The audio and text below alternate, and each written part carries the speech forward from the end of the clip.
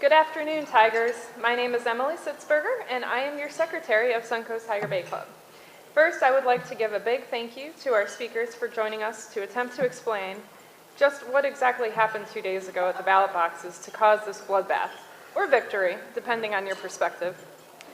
Both of our speakers today are no strangers to the Tigers Den and have been kind to make this post-election wrap-up a regular event with our club. Dr. Susan McManus is a distinguished professor at the University of South Florida in politics, government, and international affairs. She received her bachelor's and PhD from Florida State University and her master's from University of Michigan. She has a tremendous public service record, sitting on numerous public and private sector boards and professional associations, has been honored with a number of awards throughout her extensive career in higher education, and written 24 books, as well as too many other published works to name. Maybe hundreds or thousands, Susan? I'm not sure how many exactly, but it's a lot. She is likely one of the most educated people in the state of Florida on our subject matter today, and we are honored that she's here with us. Mr. Adam Smith has been political editor since 2001 for the St. Petersburg Times and was named one of the country's top 10 political reporters by the Columbia Journalism Review. Now, I have to recognize that the name of the paper has changed. However, seeing I work with Rick Baker and this being recorded, I just can't use the T word, so I'm sorry, Adam. Mr. Smith has been with the Times since 1992, is a primary contributor to The Buzz political blog, and appears most Sundays on Political Connections on Bay News 9. He grew up in New York City, graduated from Kenyon College in Ohio, and has a lovely wife, 3 children, and a very loved basset hound.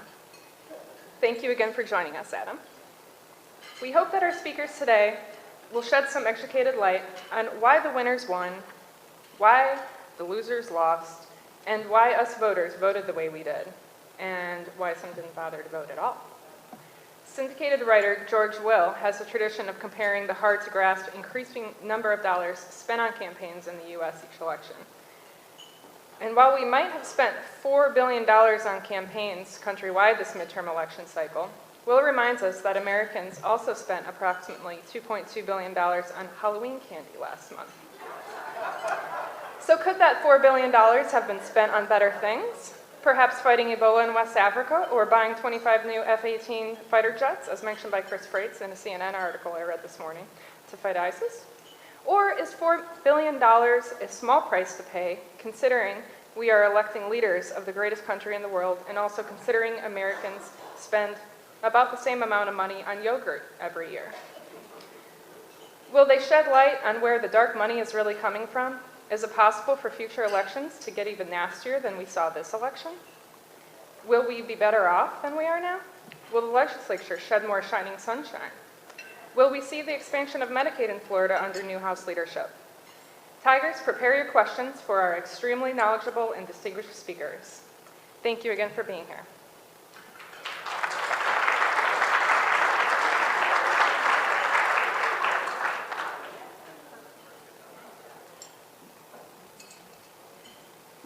Thank you.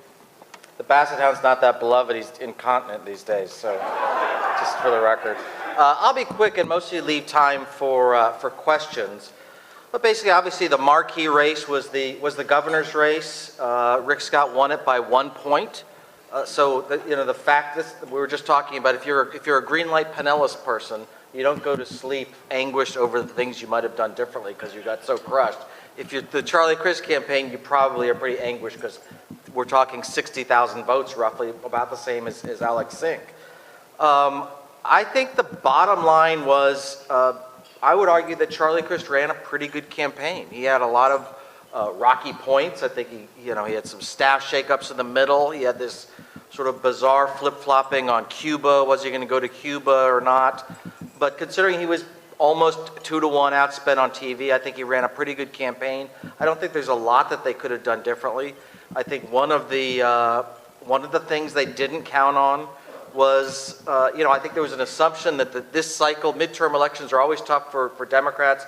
but this cycle would be sort of 2010 light. It would be a Republican-leaning cycle, but not an overwhelmingly Republican cycle, and it was a pretty overwhelmingly Republican cycle. I mean, the governor of Maryland now is a Republican, so that shows you something, and that means a lot. I think, you know, Democrats are virtually extinct now in the state of Florida, but, you know, the truth is the state is still getting more Democratic. I think, right, you know, the electorate is getting less and less white, and that means more and more Democratic for now, and that's something the Republicans are going to have to grapple with. Somebody, you know, yes, we are an incredibly polarized state where, you know, the last two presidential elections, Obama barely won. The last two governor elections, the Republicans barely won. Somebody described this, it's not so much that we're a polarized state, but we are a bipolar state. And I think that's dead on, that we would elect Rick Scott twice and Barack Obama twice. That Rick Scott won, and yet the biggest vote getter in the state was the Conservation Amendment 1. So what else can I tell you?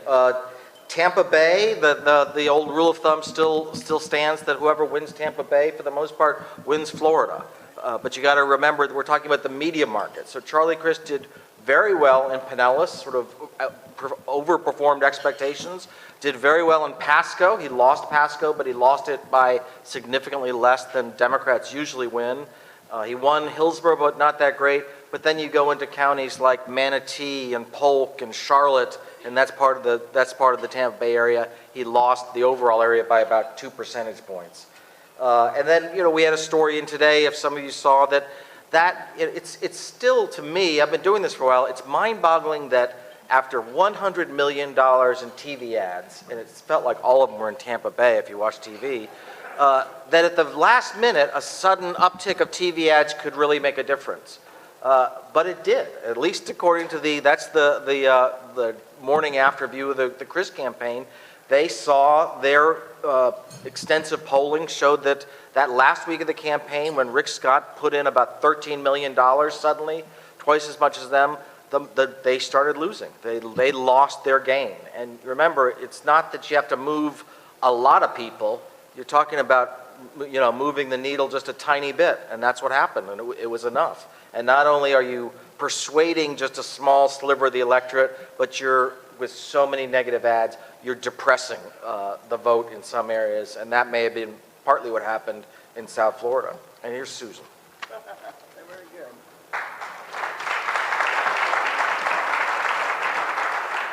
It's always hard to follow Adam. I'll try to add a few different things that I saw in looking at it. First of all, going into the campaign, you know that there are three groups of voters that always, historically, don't turn out at the rate that they do in a presidential race. And those groups are younger voters and minorities, both Hispanics and blacks, and also unmarried women. And Democrats were heavily targeting each of those groups. And let's just talk about what happened with each of those in terms of turnout and vote patterns. First of all, younger voters did not turn out at the rate that everybody assumed they would. The goal of Democrats was to get a presidential level turnout of younger voters. And of course, the premise was Amendment 2 was going to do the trick. Well, it didn't do the trick, and we had a straw poll on campus at USF. We're the only school that does it, and we saw that it wasn't this great get-out-the-vote tool that a lot of people thought. And so you saw a fall-off of younger voters. And the second thing about it is, and this is something that's happening nationally, you saw, excuse me, an increasing percentage of younger voters who are voting for Republicans. And of course, Mr. Wiley, votes he took away from Charlie Crist was one of the reasons. 8%, according to the exit polls, of younger voters went for Wiley, more than any other age group. So let's go to the second group, and that would be African Americans. And we can't really call them that in Florida anymore. You have to use the term black, and there's some significant things here. First of all, the percentage of blacks in the electorate actually went up, even beyond what the presidential was. You know, Charlie Crist's campaign spent a lot of effort, the souls to the polls on Sunday, in 2 different Sundays, 12 counties, and so forth. But what happened there was the percentage went up as the electorate, but the margin among blacks went down. And in looking at this and knowing some things about South Florida, I've been working on a book on minorities in Florida politics, spent a lot of time in the Miami area this summer. What happened was that unbeknownst to a lot of people, the Scott campaign was heavily working the Haitian community in South Florida. And they did make some inroads. Governor Scott went to big 1,000 member Haitian churches on several occasions on Haitian radio. And so it just took a few percentage points off of that. And this is one of the things that's interesting, is that I was told that, and Janet probably can affirm, that the Legislative Black Caucus a few years ago voted unanimously to use the term black in Florida because of the Caribbean population and the rising Caribbean black population. So that's that. Hispanics went down. The turnout was lower in spite of the fact you had 2 Hispanic running mates as lieutenant governors. They just didn't pull it there, fell short on that front, and it was a little bit more split vote. Democrats were hoping for a huge vote on Democratic side like they got in the presidential. So that went down. So then we get to women. Women voters actually shrunk as a portion of the electorate. They are 54% of the registered voters, but only 51%. A portion of that was unmarried women who tend to be younger, but there's also a huge question mark, and I'd be interested what Adam says about this. There's a lot of speculation that older women who are really PO'd about the treatment of Nan Rich just didn't vote in that race at all. So that's a little bit of speculation. And then finally, I'll say this was a nationalized election. If you look at the exit polls, huge percentage of people who said the country's going in the wrong direction went for Scott. Same thing if they didn't feel the economy was, they were shaky about the economy, Scott. And finally, if they didn't like what the president was doing, Scott. So I'll just end by saying that there were 2 things that I heard in the concession speeches and the acceptance speech that I thought were really good things to kind of summarize this race. But let me get, before I have to say, the greatest taglines I've ever seen on ads. Yes, they were nasty, but you ask anybody and you know that Rick Scott's too shady for the Sunshine State. And Charlie Crist is too slick. He's a slick politician, but a lousy governor. So what did they say right on election night? Well, let's start with Charlie Crist. He says, we got to come together. And Rick Scott says, the election is over. Amen. Thank you.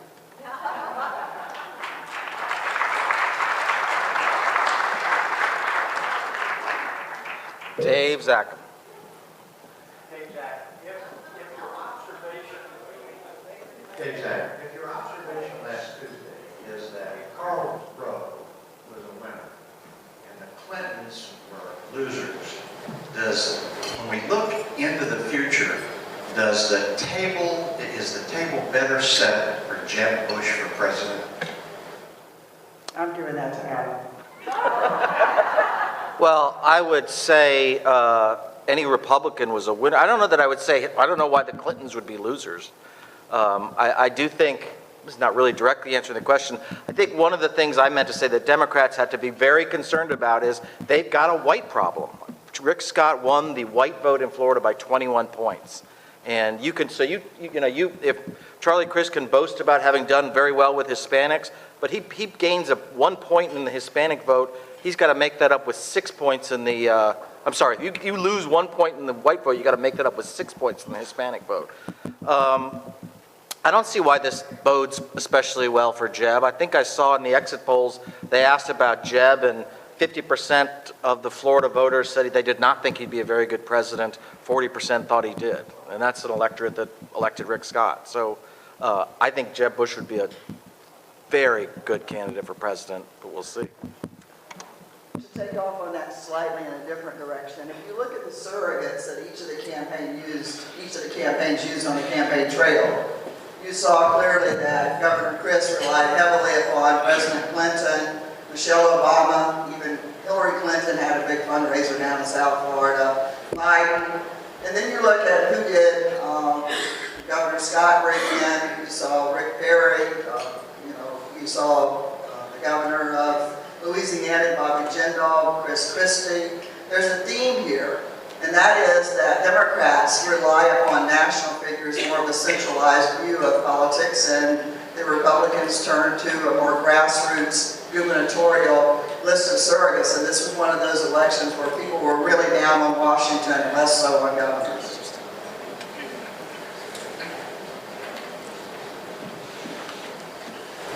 Judy Hunt. Adam, you didn't mention anything about policy, and Susan, you put your policy discussion at the way at the end. Do you think that political positions really don't matter in politics anymore?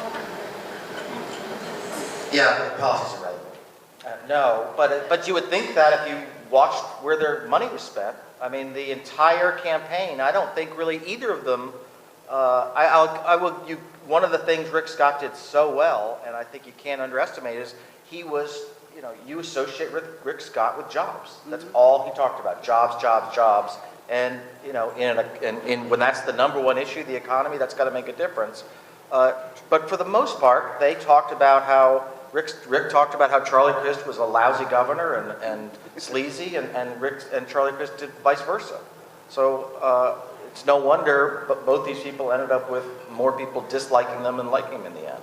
But of course policy matters, and that's why, and for the most part, Florida is a centrist state. That's why Rick Scott was campaigning on, he wasn't a Tea Party guy this time. He was talking about school funding, and he was talking about environmental protection and that sort of thing. Policy matters, but you didn't hear much about it. The problem was that it was obfuscated. The ads were all about people and not about positions. And really the irony was, this was probably the clearest difference between gubernatorial candidates if you put it down on paper, as we newspapers like yours did, but the average person was so alienated by the tone of these ads that I think it was the most oversaturated and longest ad campaign. The longevity of it just alienated people and really didn't get right down to it. The margin didn't change from 2010, nor did the turnout. Turnout was 49 in 2010 and barely made 50 this year. A lot of that's alienation by the negativity of campaigning. I see it as a serious problem in this country.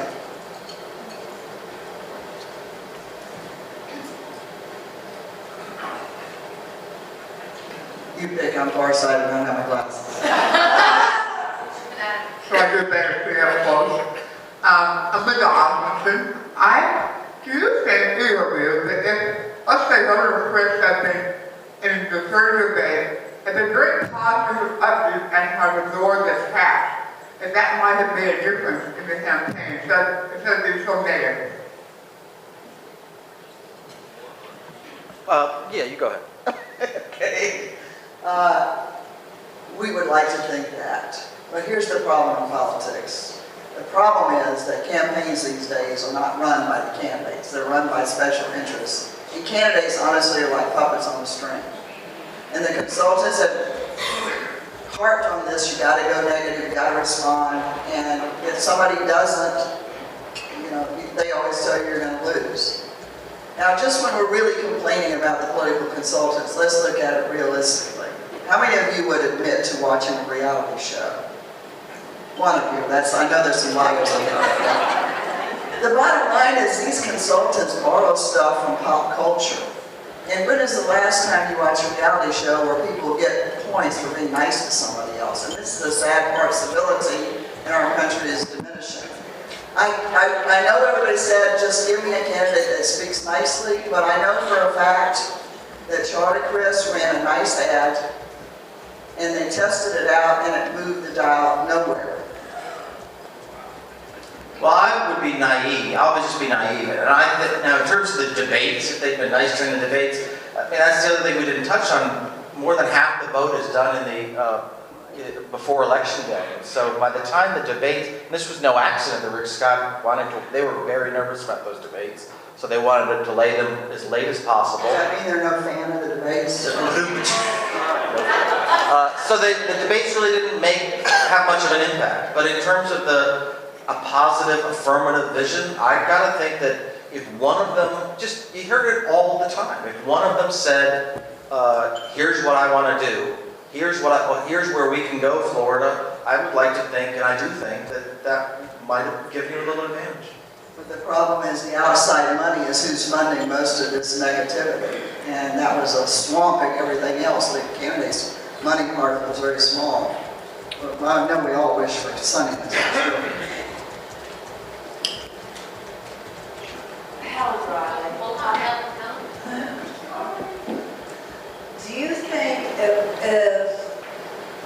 Chris campaign had connected the dots that you can't attract new jobs without good transportation, good schools, that maybe answered that attack.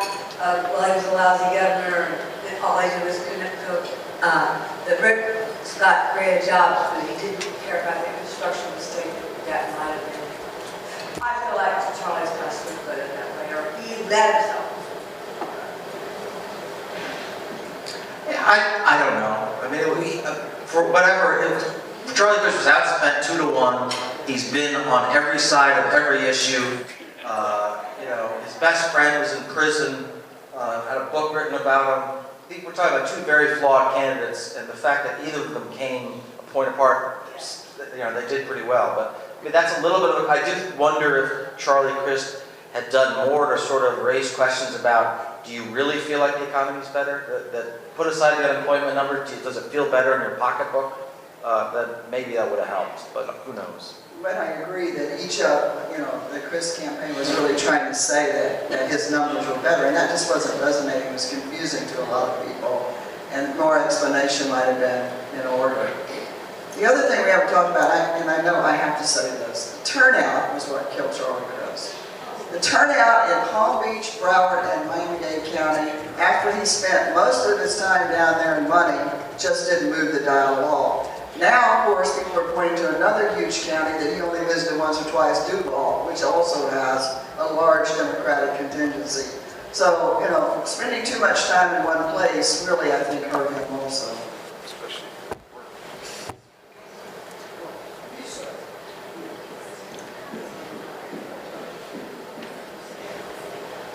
Hi, Ernest Meyer here. This question is posed for medical marijuana. Why not pass it as a legislation instead of amendment? Why not pass medical marijuana? That's a good question, and I think that would have saved John Morgan $6 million. That's what happens with so many of these ballot initiatives. It's because the legislature is, you know, it may be public opinion on the side of this or that issue, but it's the legislature's unwilling to touch it, and so then that's what happens. But they could. Don't feel sorry for John Morgan losing $6 million. But I agree. I think one of the things, and he said he's going forward with it, and looking at the vote, keep in mind that the yes vote got more than either of the gubernatorial candidates. I know you all know that. But seriously, I'm sure that Morgan's people are going to do some serious polling of people who voted no. You can do that kind of targeted polling or focus groups. And they're going to look at what percentage of the people voted no just because it was poorly worded, not because they were against the idea of medicinal marijuana. And secondly, you have another group of people who just did not think, as this gentleman sort of alluded to, that it was inappropriate to put this in the Constitution. So I think they'll be looking at that, and I really doubt that the legislature is going to do anything statutorily. And so we'll probably see it in 2016 on the ballot, worded properly this time. The irony is a lawyer can't word the amendment properly. Oh well. I would just add that it seemed almost like malpractice, use a legal that they, you know, he spends all this money to get it on the ballot, which was quite an accomplishment, not easy. And then his campaign basically consisted of him charming crowds at the Tiger Bay and the Rotary and taking his stupid bus around. I mean, a few more million of his many millions on TV to actually run a real campaign, get out the vote at universities. He wasn't, I would have thought he could have passed it. No, we haven't gone to way back in the back here.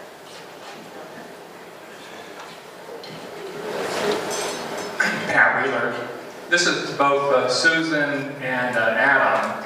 Do you feel that this election could be a sea change where blacks and youths are becoming increasingly disappointed with the Democratic message and promises, and maybe more receptive to the Republican pro-business, more jobs, lower taxes, more freedom message?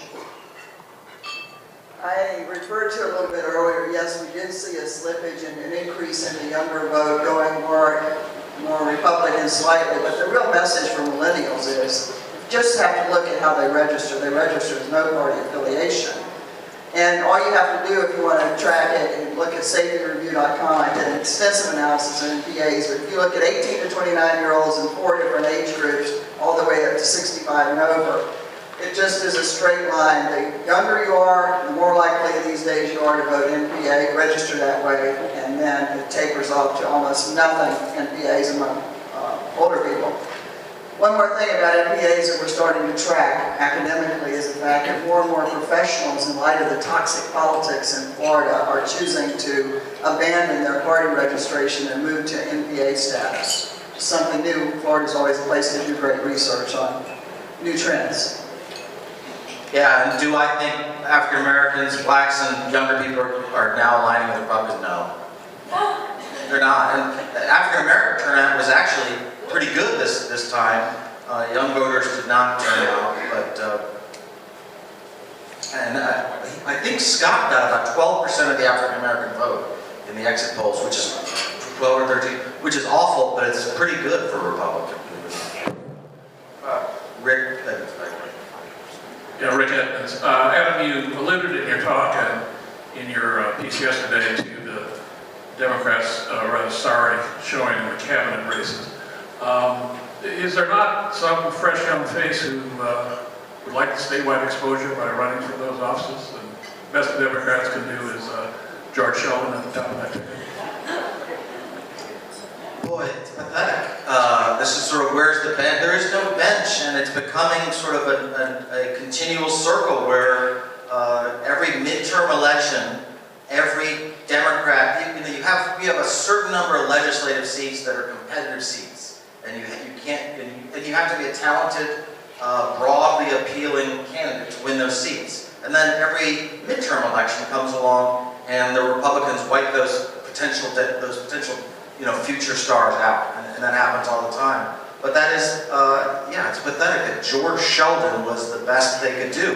Very impressive guy, got a great resume, but he couldn't air a single TV ad against Pam Bondi, who's a very charming person, but was clearly vulnerable.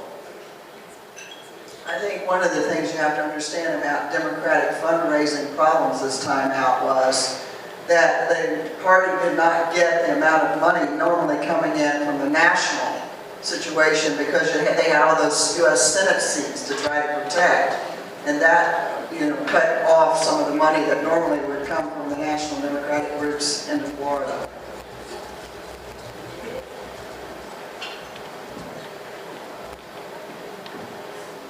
I feel bad. My mother always told me it was rude to point in public, but Kim Black, thank you both for being here. A lot of attention was focused on the legacy aspect for the boys. And there were several girls on the ballot as well. Karen Castor-Dental, Lorena Grizzle. Why do you think there wasn't as much attention focused on the legacy aspect for the girls as opposed to the boy House candidates? I guess I get this one.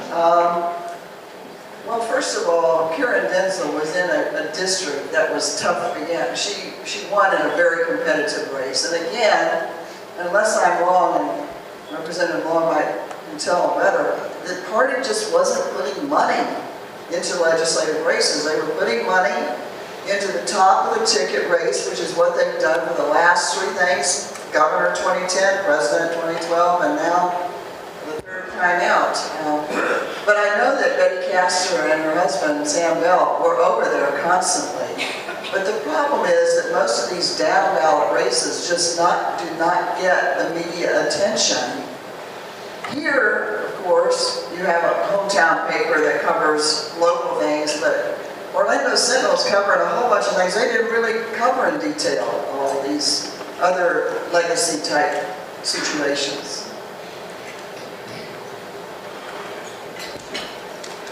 Way in the back. Sorry.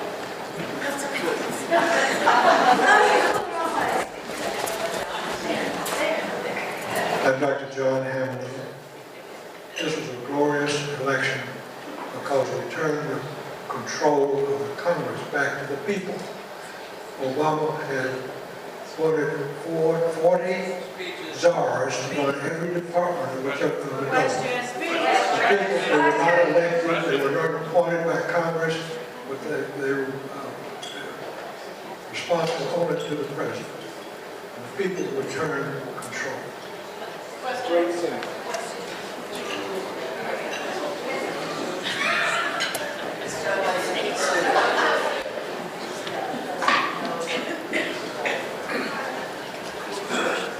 Hi, my name is Mia DeBerry. I was wondering what the future of mass transit in Pinellas County is.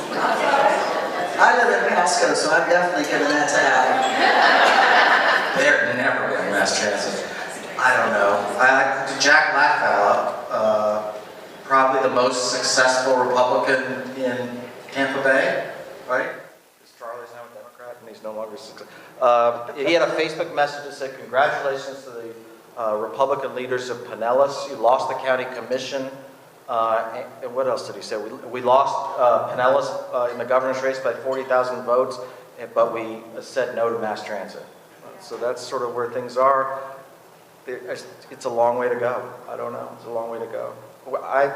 I would just put it in my, if I were advising that campaign, I would have pushed more on the people that would have gotten tax breaks. You know, if you have a $200,000 home, I would have made sure everybody who had that home knew that their tax bill, property tax bill, was going to go down if they voted yes for that. I don't think anybody knew that. Way over there.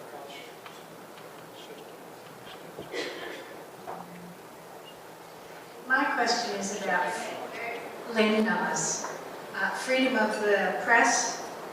What do you both think about corporate media? Is it eroding our freedom of press? I think the economy and the business models are doing more to erode the press than corporate media. I don't really have much of an answer for that. I mean, we're lucky. We're a locally owned paper, but everybody's struggling.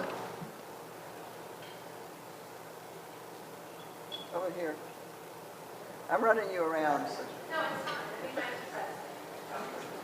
Lily Radowski, where do we go from here? If young people are in PA, how do they get the experience and exposure to run for state and national office? And probably more importantly, why do they want to bother given how negative campaigns are?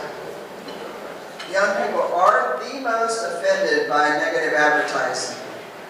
In fact, I teach senior level Florida politics, and I showed a bunch of ads one day, and I showed one that was very positive, talking about a specific issue, and I have them rate all the ads. Universally, every one of them picked the one that was on issues and not the negativity. And this is a mistake a lot of people feel, that young people are about bashing, but they're very issue driven, and they're insulted when candidates don't try to reach out with them with issues. As to how they can get experience, I require my students to work in a campaign. I don't care whose they worked in. Last night they went through and it was all kinds of races that they worked in. And I bring in politicians, and almost all of them say that they got their start interning or volunteering in a campaign. And, you know, ultimately a lot of the NPAs will lean in one direction or the other. But the big question is running for office. That is an interesting one, I have to say. You spend a lot of time around these campaigns, and you're actually pretty inspired by all the idealistic young people on both sides of the aisle. And in presidential elections, I think we're seeing more and more interest in it. So I don't feel that depressed about the future of young people in journalism. You, sir, you've been very patient.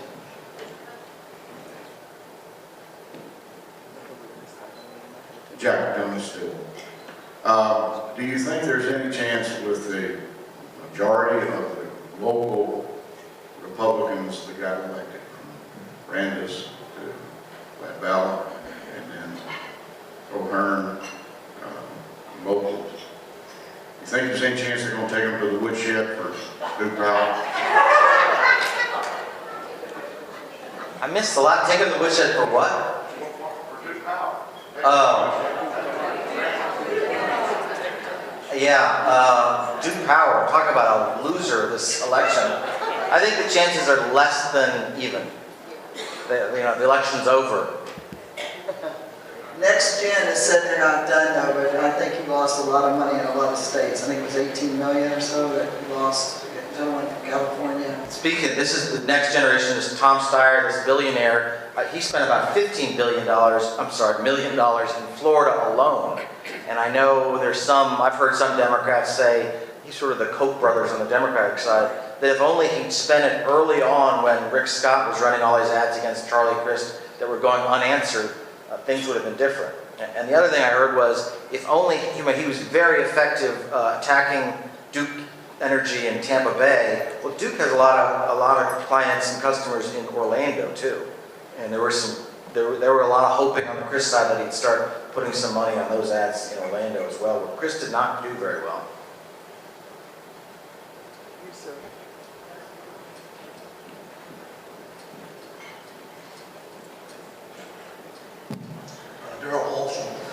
Charlie Crist now has lost 4 political races.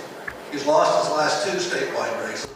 He's lost 3 statewide races, first as a Republican, 4 years ago as an independent, and this time as a Democrat. Given that record, what is the political future of Charlie Crist and what party? I was on radio in Jacksonville this morning, and I got that same question. And I heard yesterday, I was shocked. Some people were already talking about him as running for the U.S. Senate.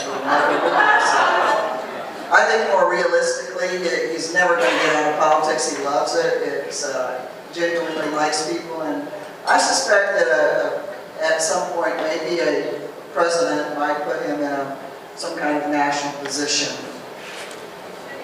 I think you would laugh at any other mortal person thinking they might run for office again, but it's Charlie Crist, so. But I do think John Morgan, $6 million poor and 0 for 2 on his projects, has got to be looking at Charlie Crist and saying, I've been paying your damn salary all year long. Maybe it's time for you to go work for Mike Fasano in the tax collector's office in Pasco.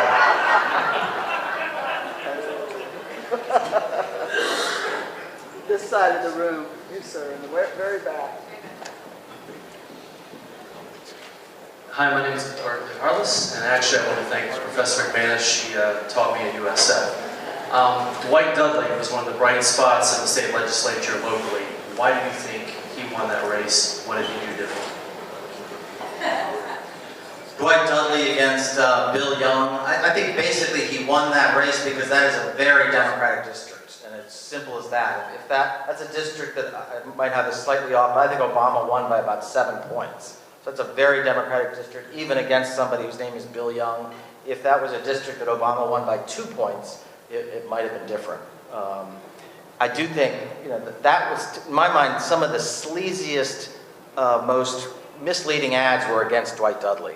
I live in that district, so I get to get mailers suggesting that Dwight Dudley, like him or not, and there was plenty of negative stuff you could campaign. To say he's in bed with Duke Energy is just treating voters like idiots. And the group that was setting those was a group called Truth Matters. Electrifying. Okay, next question. Lady in the back on the back table. Yes. Kathy Arsenal. I didn't hear very much about Amendment 3 on judicial appointments. Do you think that's dead for good, or will it come back like Charlie Crist? One hopes it's done. It was the most confusing amendment I've ever seen. I had to try to synthesize it on radio in 30 seconds, and I couldn't do it. It was so confusing, and it sort of went back in some ways. That reflects an old pattern in foreign politics where people, if they don't get it, they vote no. And in this case, I think hardly anybody got that, really. Yeah, that was a Tom Lee amendment, and I think he's trying to clear up some confusion and some, but yeah, I think you're right. The people, if they don't get it, they distrust it and they vote no, and I think that's a pretty healthy reaction, really.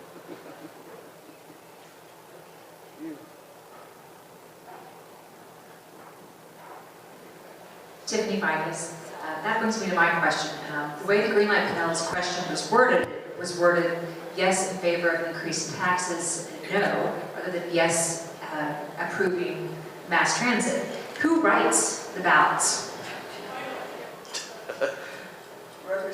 Representative Long insisted on that language.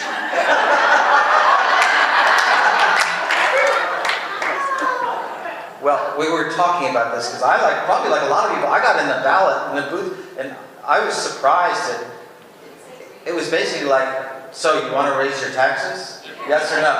I was like, this is not going to pass.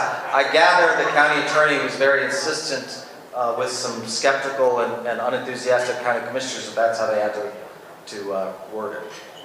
Last question. You, sir.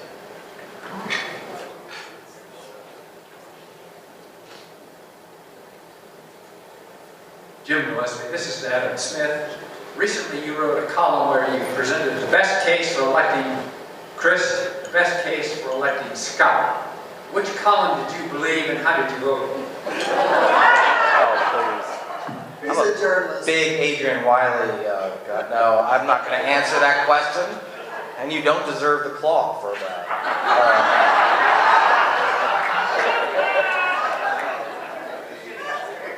Thank you all for having me. Thank you. Don't run away. Thank you very much. That you're leaving too soon. I've got to. You guys got to come back up. You want your notes back? I can't read your writing anyway, so. Oh. Thanks. We'd like to present you with these commemorative mugs. Even though you're not politicians, you kind of carve up a politician for lunch. Thank you very much. And there'll be some pictures right at the end, so just hang out for a minute. Just want to remind you that Tuesday, December 9th, is the annual meeting, and it will feature Mike Fasano here at the Yacht Club. And then I'm waiting for the tallies on the Fang and Claw.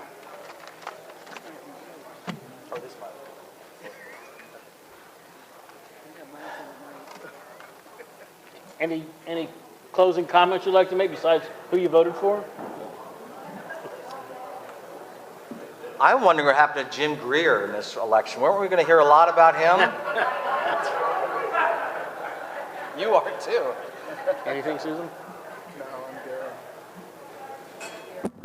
I never. I thank you again, but I have to tell you, as a Seminole, I'm going into the real Tiger's Den in a few minutes. I'm going to UF tonight to talk. So.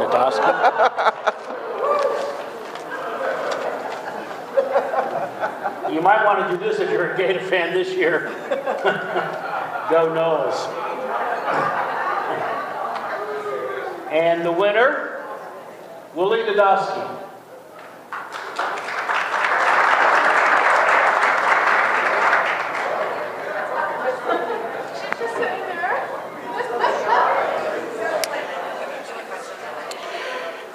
You've been listening to our live coverage on RadioSt.Pete.com of the Suncoast Tiger Bay Club Luncheon from the St. Pete Yacht Club in downtown St. Petersburg, Florida.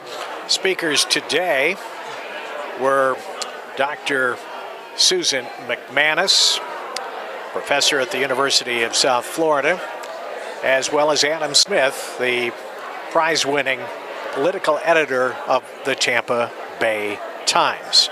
Another in our continuing series of live broadcasts of the Suncoast Tiger Bay Club from St. Petersburg.